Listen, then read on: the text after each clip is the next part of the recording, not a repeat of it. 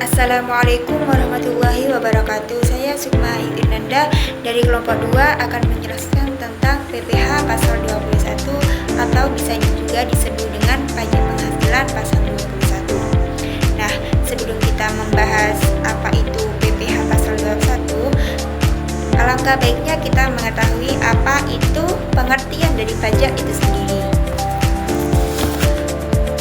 Pengertian pajak berdasarkan Undang-Undang Ketentuan Umum dan Tata Cara Perpajakan (UU KUP), pajak adalah kontribusi wajib kepada negara yang terutang oleh orang pribadi atau badan yang bersifat memaksa berdasarkan undang-undang dengan tidak mendapatkan imbalan secara langsung dan digunakan untuk keperluan negara bagi sebesar-besarnya kemakmuran rakyat.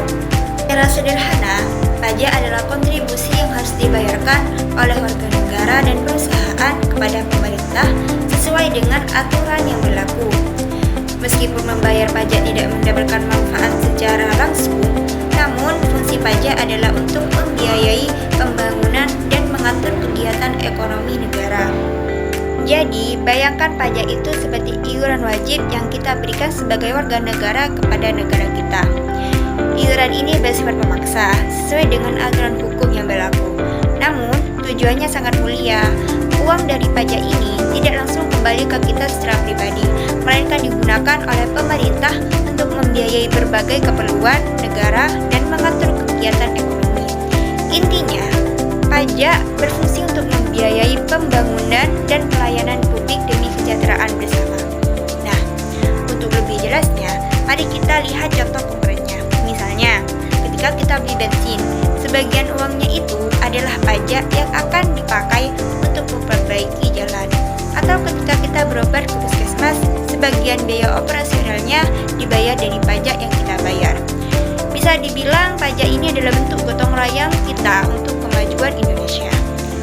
Oke, sekarang kita bahas tentang pajak penghasilan pasal 21. Gampangnya, PPh pasal 21 itu adalah pajak yang dipotong dari gaji atau upah yang kita terima setiap bulan. Jadi kalau teman-teman bekerja dan dapat gaji, nah sebagian dari gaji itu akan dipotong untuk PPh pasal 21 ini. PPh pasal 21 ini dikenakan pada penghasilan yang kita dapatkan karena bekerja seperti gaji, upah, honor, tunjangan, dan lain-lain. Tujuannya adalah agar negara bisa mendapatkan dana untuk membiayai pembangunan dan pelayanan publik. Jadi, PPh pasal 21 ini adalah salah satu bentuk kontribusi kita sebagai warga negara yang bekerja untuk kemajuan Indonesia. Baik, selanjutnya akan dilanjutkan oleh teman saya. Kami lanjut. Subjek pajak PPh pasal 21 telah diatur dalam Peraturan Dirjen Pajak Nomor per 16 PJ 2016, antaranya pegawai tetap, individu yang menerima penghasilan secara teratur seperti gaji bulanan dan terikat pada suatu perusahaan atau instansi pemerintah. Contohnya karyawan PT ABC yang menerima gaji bulanan. Yang kedua, pensiunan, individu yang menerima penghasilan berupa uang pesangon, pensiun atau tunjangan hari tua. Contohnya pensiun yang menerima uang pensiun setiap bulanan. Kemudian anggota Dewan Komisaris atau anggota Dewan Pengawas, individu yang menerima imbalan atas jasa yang diberikan. Contohnya anggota Dewan Komisaris di sebuah perusahaan yang menerima honorarium. Kemudian pegawai tidak tetap atau tenaga kerja individu yang menerima upah harian, mingguan, upah borongan atau upah yang dibayarkan berdasarkan jumlah satuan pekerjaan yang diselesaikan. Contohnya seperti pekerja harian lepas di pabrik yang menerima upah setiap hari. Kemudian bukan pegawai orang pribadi yang menerima atau memperoleh penghasilan sehubungan dengan pemberian jasa. Contohnya seperti tenaga ahli, konsultan, pengacara, akuntan, arsitek, dokter yang membuka praktik pribadi dan menerima penghasilan dari pasien, dan lainnya. Kemudian peserta kegiatan, individu yang mengikuti suatu kegiatan dan menerima atau memperoleh penghasilan sehubungan dengan keikutsertaannya dalam kegiatan tersebut. Contohnya seperti pembicara seminar yang menerima honorarium. Kemudian peserta program pensiun yang masih berstatus pegawai. Peserta program pensiun yang masih berstatus pegawai adalah pegawai yang masih aktif bekerja, tapi sudah mulai menarik atau menerima sebagian manfaat pensiunnya. Kemudian mantan pegawai. Mantan pegawai yaitu orang pribadi yang sebelumnya merupakan pegawai di tempat pemberi kerja, tetapi sudah tidak lagi bekerja di tempat tersebut. Yang menjadi objek pajak adalah penghasilan, yaitu setiap tambahan kemampuan ekonomis yang diterima atau diperoleh wajib pajak, baik yang berasal dari Indonesia maupun dari luar Indonesia, yang dapat dipakai untuk konsumsi atau untuk menambah kekayaan wajib pajak yang bersangkutan, dengan nama dan dalam bentuk apapun, termasuk yang pertama, penggantian atau imbalan berkenaan dengan pekerjaan atau jasa. Kemudian hadiah dari undian atau pekerjaan atau kegiatan dan penghargaan. Kemudian laba usaha. Kemudian keuntungan karena penjualan atau karena pengalihan harta termasuk. Kemudian penerimaan kembali pembayaran pajak yang telah dibebankan sebagai biaya dan pembayaran tambahan pengembalian pajak. Kemudian bunga termasuk premium, diskonto, dan imbalan karena jaminan pengembalian utang. Kemudian dividen dengan nama dan dalam bentuk apapun, termasuk dividen dari perusahaan asuransi kepada pemegang polis dan pembagian sisa hasil usaha koperasi. Kemudian royalti atau imbalan atas penggunaan hak. Selanjutnya sewa dan penghasilan lain sehubungan dengan penggunaan harta. Kemudian penerimaan atau perolehan pembayaran berkala. Kemudian keuntungan karena pembebasan utang, kecuali sampai dengan jumlah tertentu yang ditetapkan dengan peraturan pemerintah. Kemudian keuntungan selisih kurs mata uang asing. Kemudian selisih lebih karena penilaian kembali aktiva. Kemudian iuran yang diterima atau diperoleh sekumpulan dari anggotanya yang terdiri dari wajib pajak yang menjalankan usaha atau pekerjaan bebas. Kemudian tambahan kekayaan neto yang berasal dari penghasilan yang belum dikenakan pajak. Kemudian penghasilan dari usaha berbasis syariah. Kemudian imbalan bunga sebagaimana yang dimaksud di dalam undang-undang yang mengatur mengenai ketentuan umum dan tata cara perpajakan dan surplus Bank Indonesia. Selanjutnya yaitu tarif pajak penghasilan pasal 21. Yang pertama, penghasilan kena pajak atau PKP. PKP adalah penghasilan yang dijadikan dasar penghitungan pajak penghasilan atau PPh dalam setahun untuk karyawan tetap. Rumusnya adalah karyawan tetap sama dengan penghasilan neto dikurangi PTKP. Kemudian karyawan tidak tetap sama dengan penghasilan bruto dikurangi PTKP.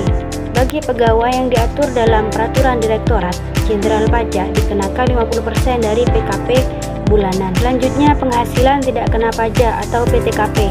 PTKP adalah pendapatan yang tidak dikenai pajak. Besar PTKP untuk wajib pajak adalah Rp 54 juta per tahun yang dapat berubah sesuai kebijakan pemerintah. Berikut tarif PTKP sesuai statusnya. WPOP tidak kawin atau wajib pajak orang pribadi tidak kawin. TK-0 sama dengan Rp 54 juta. TK-1 sama dengan Rp 58.500.000. 58.500.000. TK-2 Rp 63 juta. TK-3 sama dengan Rp67.500.000.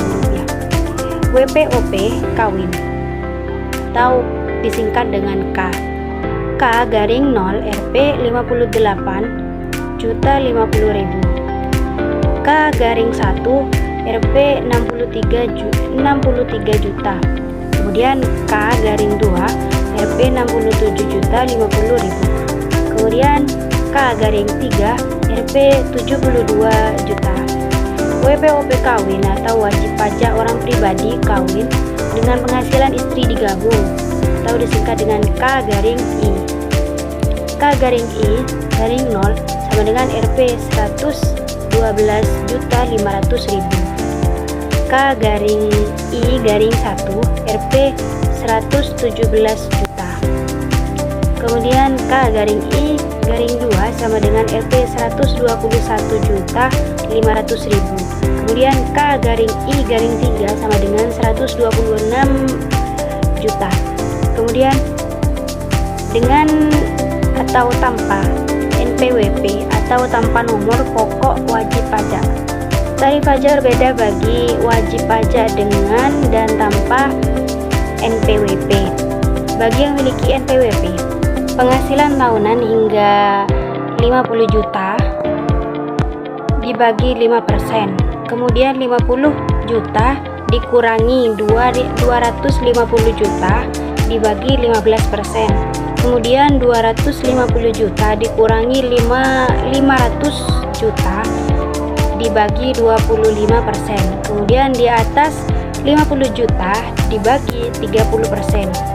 Wajib pajak tanpa NPWP dikenakan tarif pajak 20%, lebih tinggi dari yang memiliki NPWP. Baik, saya lanjutkan contoh perhitungan PPh pasal 21. Kasus Pak Kelly, gaji pokoknya 8 juta ditambah tunjangan seperti transportasi, makan, dan kesehatan. Itu sebesar 2 juta. Penghasilan bruto sama dengan 10 juta. Uang jabatan 5% dikali 10 juta sama dengan 50.000. Dikurangi uang pensiun 1% dikali 100 juta sama dengan 100.000. Jadi penghasilan neto selama sebulan sama dengan 9.400.000. Lalu perhitungan dalam setahun. Perhitungan neto dalam setahun sama dengan 9.400.000 dikali 12 sama dengan 112.800.000. Dikurangi TKP status lajang 54 juta.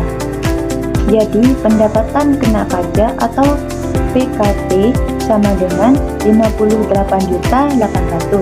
Dan yang terakhir tarif PPh 21. PPh terutang pasal 17. 5% dikali 50 juta sama dengan 2.500.000 ditambah 15 dikali 8.800.000 sama dengan 1.330.000.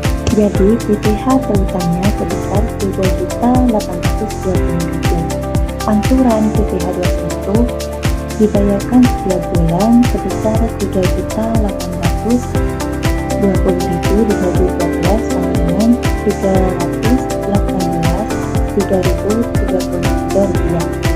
Jadi besarnya pajak yang harus dibayarkan oleh Pak Kelly setiap bulannya adalah 318.333 rupiah. Selanjutnya pemotongan PPh pasal 21.